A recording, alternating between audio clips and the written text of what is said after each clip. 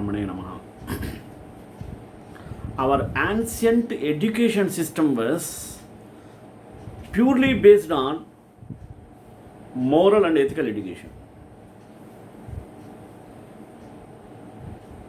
When we come across the universities of Nalanda, Takshashila, Vikramshila, they gave utmost importance for the moral education, and they gave importance for ethical values in one's human life. They emphasized much on these things. Especially in India, we were entirely live with our basement of ethics and morals. Our life is tied with these types of moral and ethical values. This was followed by our ancestors, that we are following. Our generation has to follow. Suppose if you deviate, it is your fate. You have to experience the consequences.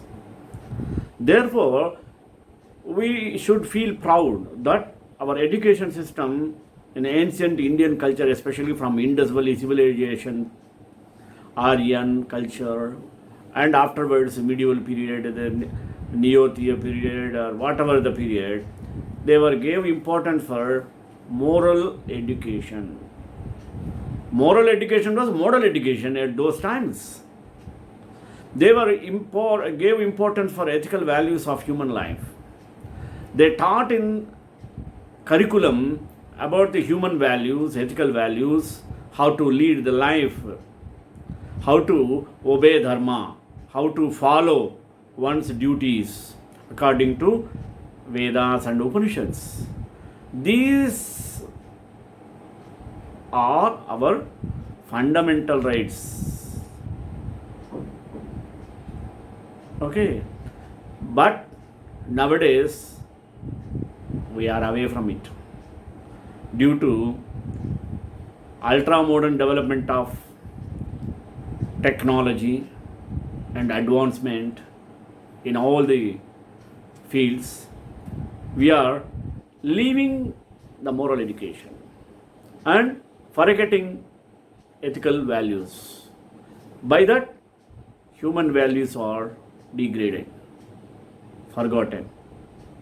That's why we are facing so many troubles, consequences, hurdles in our life. In ancient time, we should bow to Vishnu Sharma, who wrote Panchatantram. Basing on his root, even Shri Narayana Pandita composed another grantha called Hitopadesha. Both these works taught the generation how to lead life in virtuous way, righteous path. There is a wonder. Vishnu Sharma or Sri Narayana Pandita, they directly not created or not imported the human beings. They placed animal beings in the places of human. Through those characters, they tried to teach ethical and moral values to the human being. So what a beautiful concept, no? If we directly teach through humans, it may not work out. If you teach via media of animal beings, it is not for animals, it is for us. Indirect injection is given by Vishnu Sharma and Sri Narayana Pandita. So that is the greatness of those acharyas, Vishnu Sharma and Sri Narayana Pandita. They never attacked the human beings indirectly. They indirectly, basing on the animals and birds, etc., they injected strong dose to change our life and change our attitude to come over in blissful life. Nothing is there. Basing on that, today I took the topic of Hitopadesha of Sri Narayana Pandita. Let us start with prayer.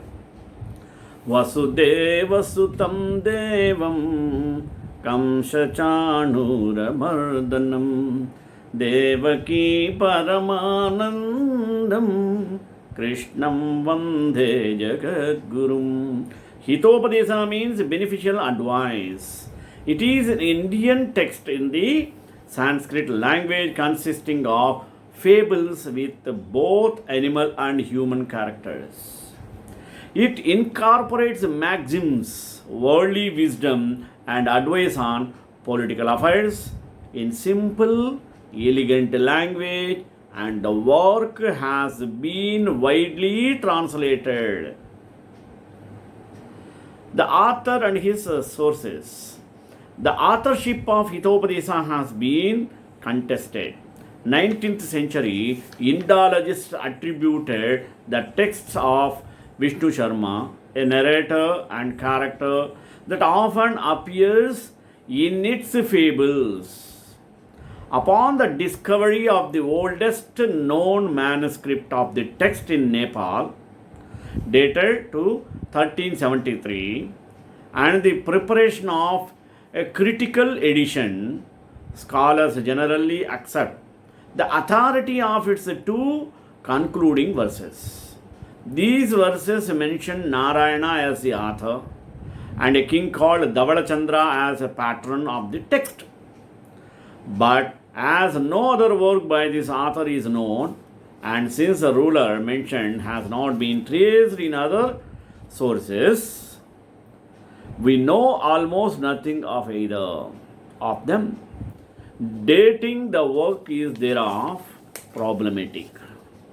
There are quotations within it from 8th century works, and other internal evidence may point to an East Indian origin during the later Pala Empire.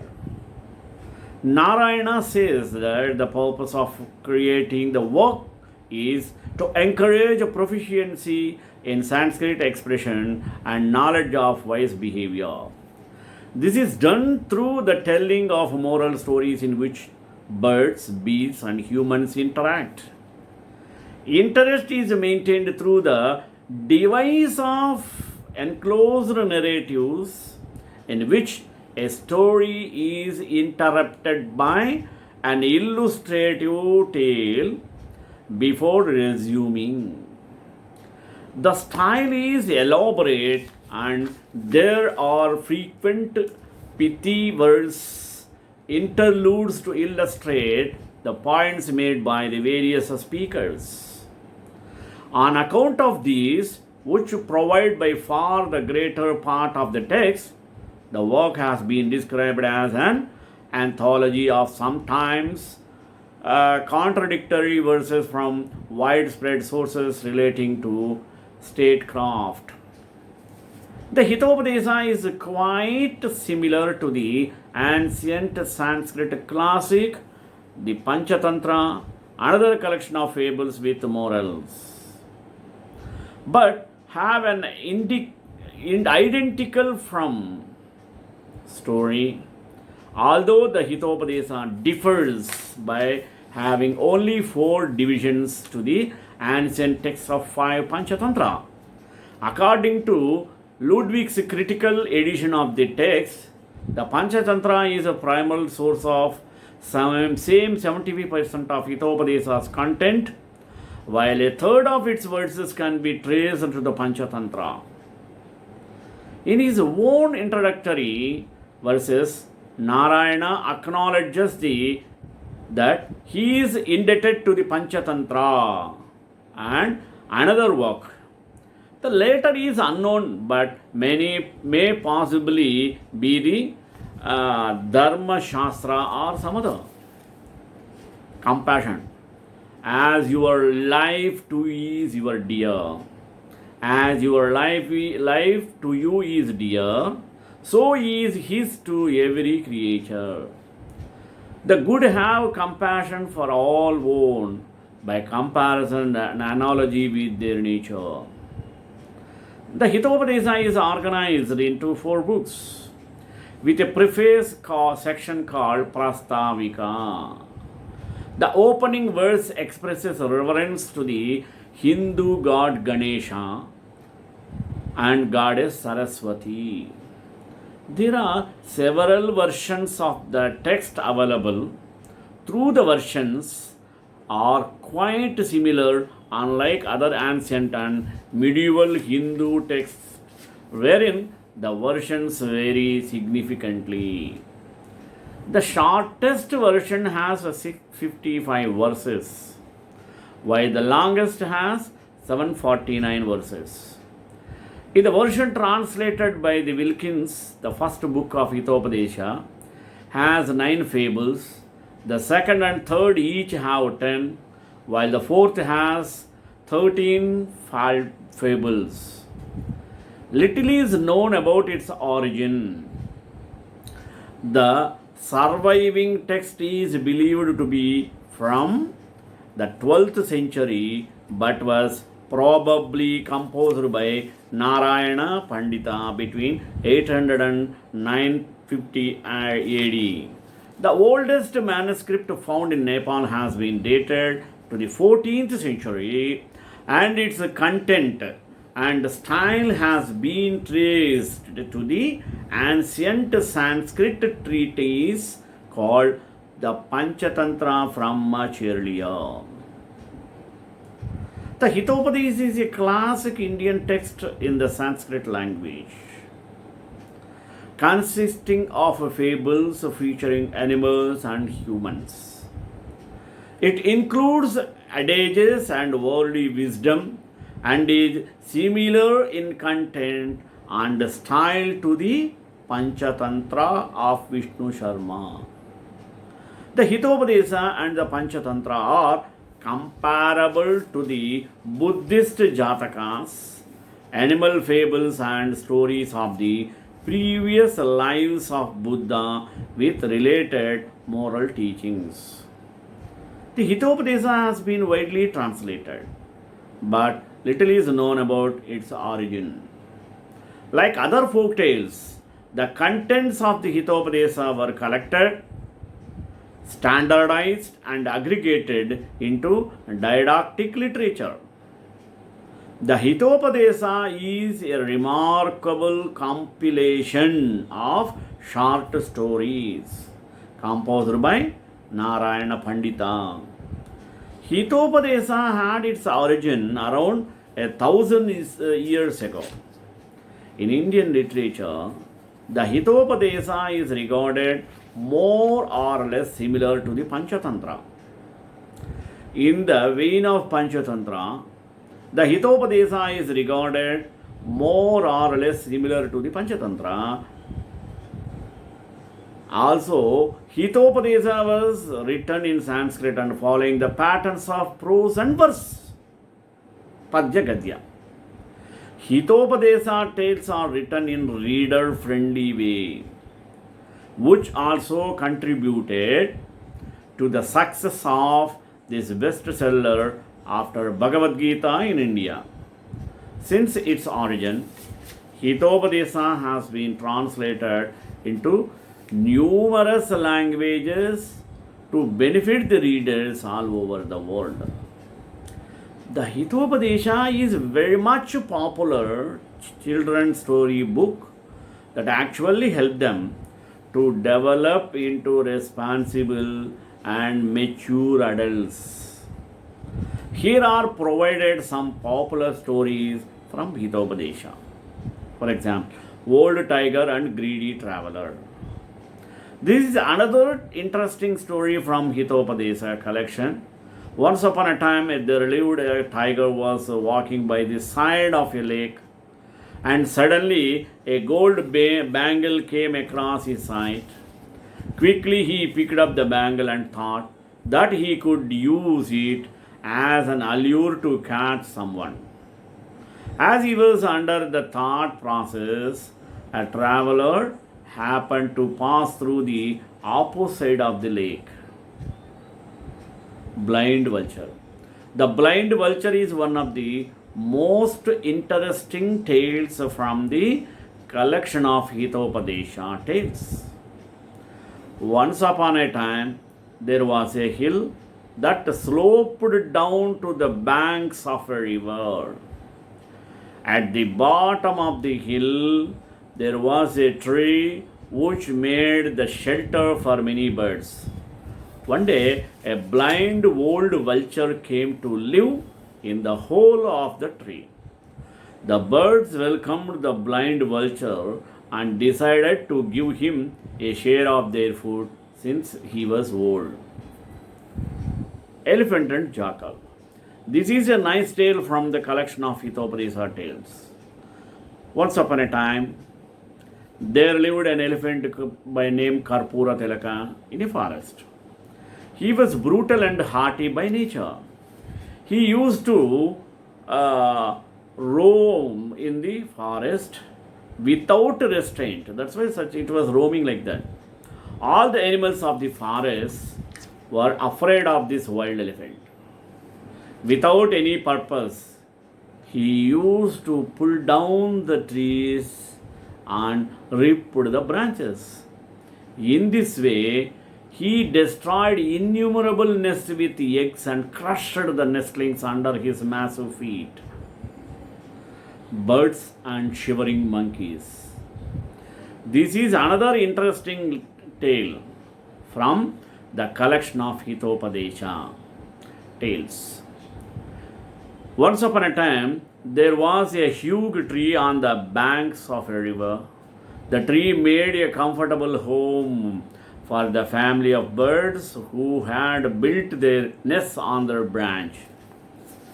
The birds were living there happily as the tree with its widespread branches sheltered them from scorching sun and heavy rains.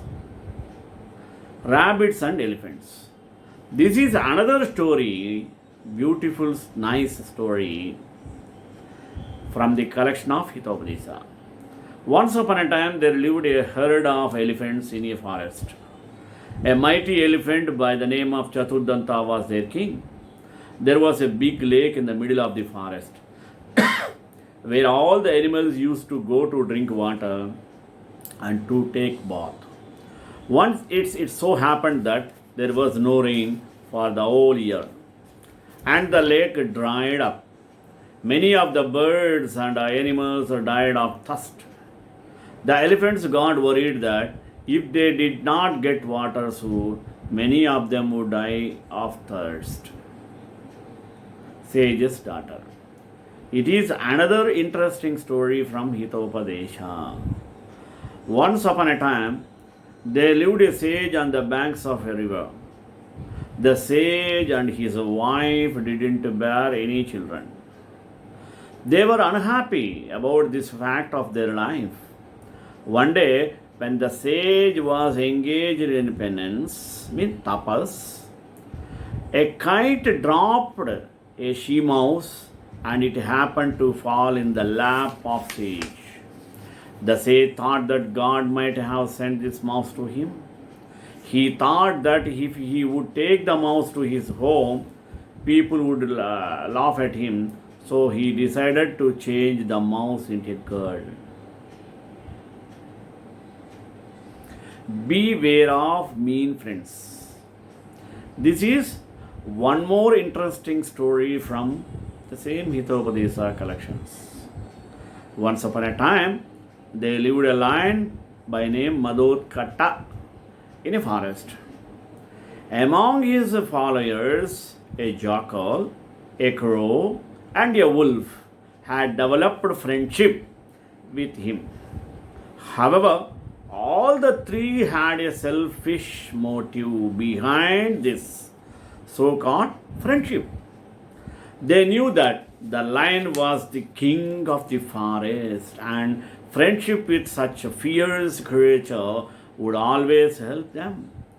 To meet their selfish ends, they started obeying and were always available at the service of the lion. Jackal and the arrow. This is another nice tale from the collection of Hitopadesha tales. Once upon a time, there lived a hunter in a village. He was living there happily with his family. One fine morning, he set out from his home with the intention of hunting a deer and killed him instantly. He hung the carcass of the deer over his shoulder and happily started for his home. Washerman, donkey, and dog. This is also another interesting tale from Hitopadesha collection. Once upon a time, there lived a washerman in a village. He had kept a donkey and a dog to serve as his pets. The dog used to guard his master's house and escort him wherever he went. The donkey used to carry a stack of cloths on his back to and fro the river. Both of them slept in the washerman's courtyard. Like this, they were leading their life under the kind shelter of the washerman. Another, monkey and bell. This is also another nice tale from collection of Hitopadesha stories. Once upon a time, there lived a robber in a village. One day, he stole a temple bell and ran towards the forest. A tiger heard the jingle of the bell and became curious to locate the sound. As soon as he saw the robber, he jumped upon him and killed him at once. The bell fell on the ground. After a few days, a group of monkeys passed through that way. They spotted the bell and carried it to their home. Hitopadesha is also one of the most widely translated works of Sanskrit literature. It has been translated into most of the major languages of India, including Bangla, Gujarati, Hindi, Kannada, Malayalam, Marathi, Nepali, Oriya, Tamil, Telugu, Urdu. The Hitopadesha has also been translated into other European languages, including Greek, Russian, Spanish, French, and German, as well as into Burmese, Thai, Malay, Persian, and Sinhala. We know very little about the author of Hitopadesha. The two concluding verses of the work say that he was called Narayana and that he is a patron who commissioned the work and called Dhavala Chandra. The time and place in which Narayana lived and wrote are not definitely known. The Hitopadesha contains quotation from other Sanskrit works which date back to 8th century AD and so must have been composed at a date later than these.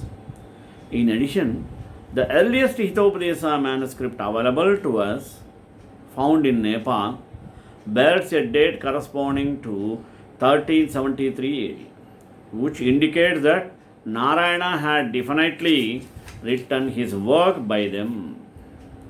Scholars thus place the composition of the Hitopadesha between these two dates. Today it is generally accepted that Narayana wrote the Hitopadesha sometimes between 800 and 950 AD. From a study of place names in the text and the mention of certain rites and rituals, it has been tentatively suggested that the work may have originated in Bengal, but the evidence for this remains slender. The Hitopadesha is arranged in 4 books or parts. The first 2 books on how to win friends and how to break friendships deal with right conduct, while the last 2 books and war and peace are concerned with statecraft. It also follows the traditional Indian story within a story narrative structure, but the storyline is easy to follow. The basic narrative is quite straightforward. King Sudarshana rules in Pataliputra and worried that his sons were growing up wayward and ignorant. He calls a meeting of wise men and asks who amongst them could instruct his sons in statecraft. A learned Pandit called Vishnu Sharma steps forward and agrees to teach the princes. The king hands over the education of his sons to him, and he, in order to instruct them in right conduct and statecraft, tells them stories of Hitopadesha. The structure of Hitopadesha is very similar that of the older and equally beloved collection of fables, the Panchatantra, composed around 300 AD. The Panchatantra also is written in a mix of prose and verse and follows the traditional story within a story format. Both works have a similar frame story and their main narrator has the same modern scholars such as A.L. Bashan declared the Hitopadesha to be a retelling of the Panchatantra. However, though in the prologue to his work, Narayana himself states that in the composition of Hitopadesha he has drawn upon Panchatantra, and a study by Ludwig shows that almost 3/4 of the Hitopadesha, including almost 1/3 of its verses, may be traced to the Panchatantra. There are important differences between the two. For instance, compared with the 5 books of the older work, the Hitopadesha has only 4.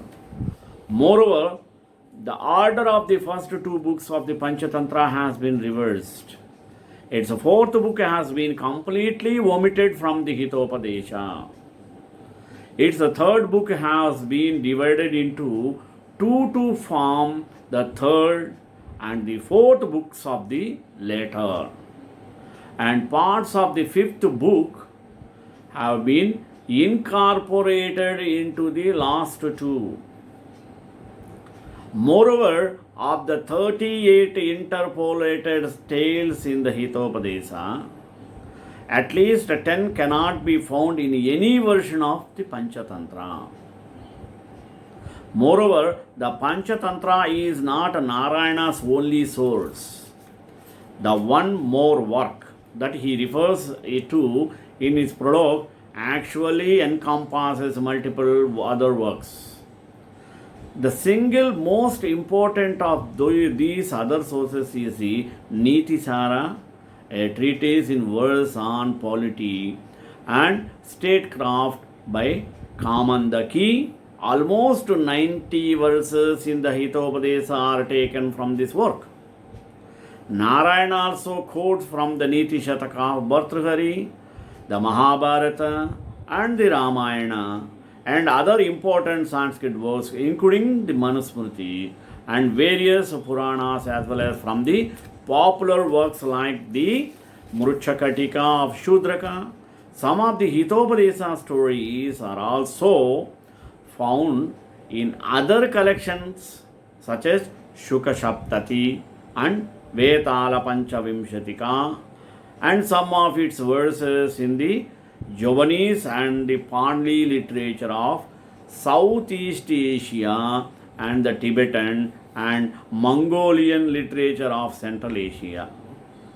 However, since the dates of most of these works have not been determined with any certainty, it is difficult to say which came first, the Hitopadesha are these other works.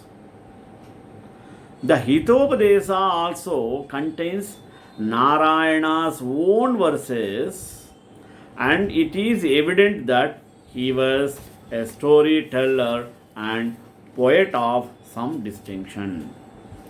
His literary genius is evident in the skill with which he has combined the material from all these diverse sources into a single, compelling, and most importantly, original work. One of the most widely read Sanskrit books in India, Hitopadesha tales are short stories that have the priceless treasure of mortality and knowledge. After Bhagavad Gita, Hitopadesha is considered to be the most sold religious text in India. The tales from Hitopadesha are written in a very logical and clear way, and one does not have to make much effort to figure out what moral a particular story is implying. श्रीकांताय कल्याण निधे निधेनाम श्री वेंकटनिवासाय श्रीनिवासाय मंगलम मंगलाशासन परे मदाचार्य पूर्वक सर्वैश्च पूर्वैराचार्य सत्कृतायास्तु मंगलम.